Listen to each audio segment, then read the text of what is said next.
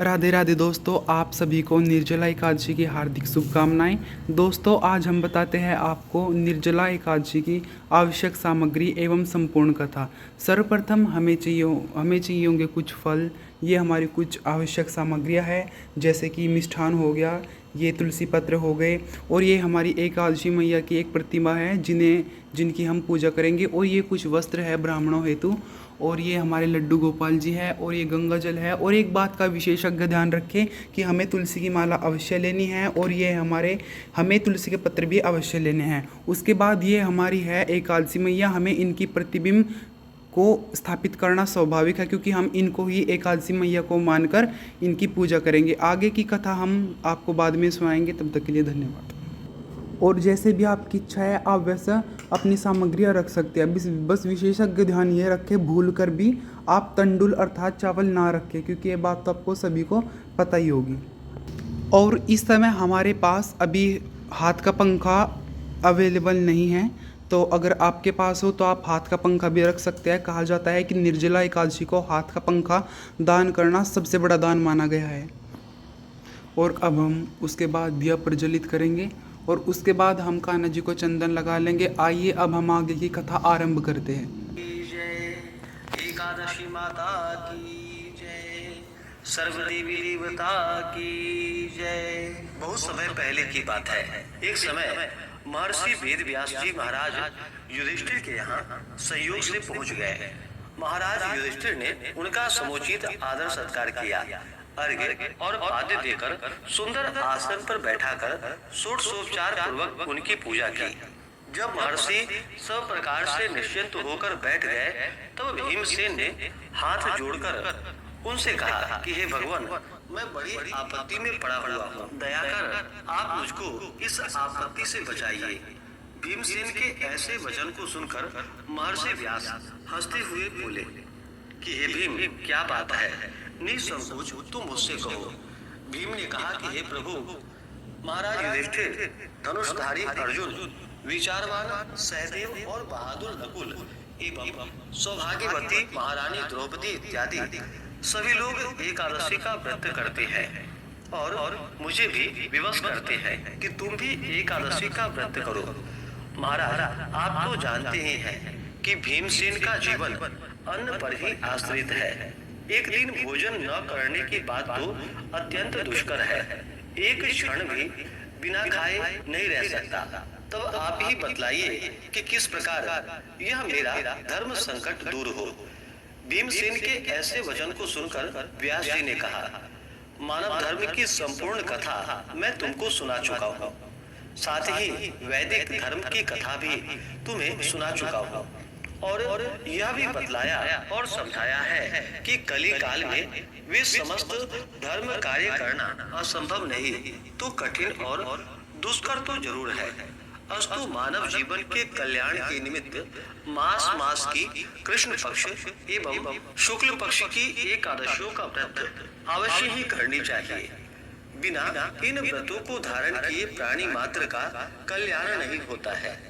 महर्षि व्यास के ऐसे वचन को सुनकर भीमसेन अपनी धर्म भीरुता के कारण वेद के समान कांपने लगे और अत्यंत ही भयभीत होकर बोले कि हे प्रभु, यह तो ठीक है, परंतु व्रत का रखना और भूखा रहना तो मुझे मृत्यु से बढ़कर है, सो भी हर महीने में 2 बार। हे भगवान, अब आप कोई ऐसा व्रत बतलाइए कि जिसमें ज्यों-त्यों कर एक दिन भूखा रहकर ही मैं पापों से मुक्त हो जाऊं।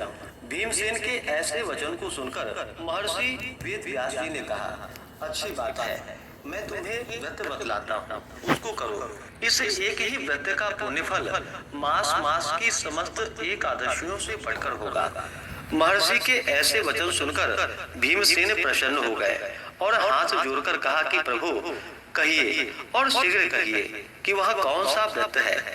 महर्षि जी ने कहा कि यह व्रत ज्येष्ठ मास के शुक्ल पक्ष की निर्जला एकादशी का है।